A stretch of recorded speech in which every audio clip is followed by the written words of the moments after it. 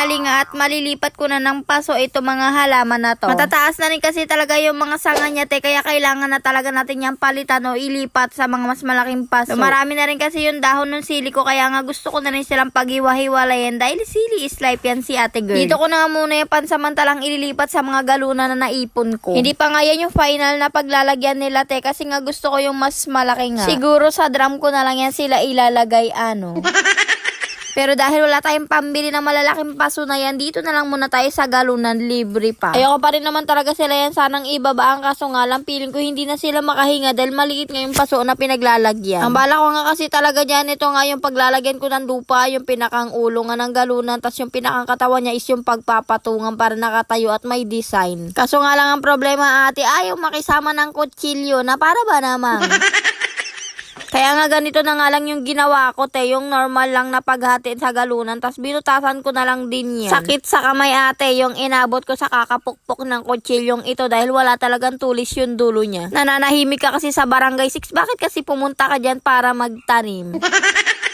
Dati naman kasi talaga ate, nagtatanim na rin talaga ako ng mga halaman. Ang kaso nga lang yung mga bulaklak yun ate, hindi nga mga kinakain. Sabi nga nila, gaan daw ng kamay ko kaya nakakapatubo ako ng mga ganites. Ate, oo, kasi pinapadidik ko yan sila 3 times a day.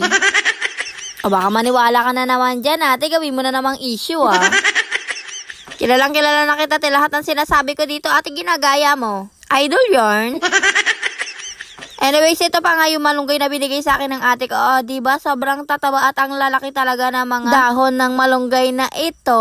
Wala nang kapitbahay na magdadamot sa akin sa tanim nilang malunggay, ma. Kasi may sarili na rin akong tanim at 4 pa yan, Ang galing kasi nung pagbigay sa akin ng ate ko niyang malunggay na yan, buto talaga yan siya. Tapos hindi pa nga ako sure ate kung tutubo siya dito kasi nga feeling ko hindi siya mabubuhay. Saan ka ba nakakita ng malunggay na buto? Siya nga lang yan si ate girl, hindi niya kasi alam na may buto wala ang malunggay.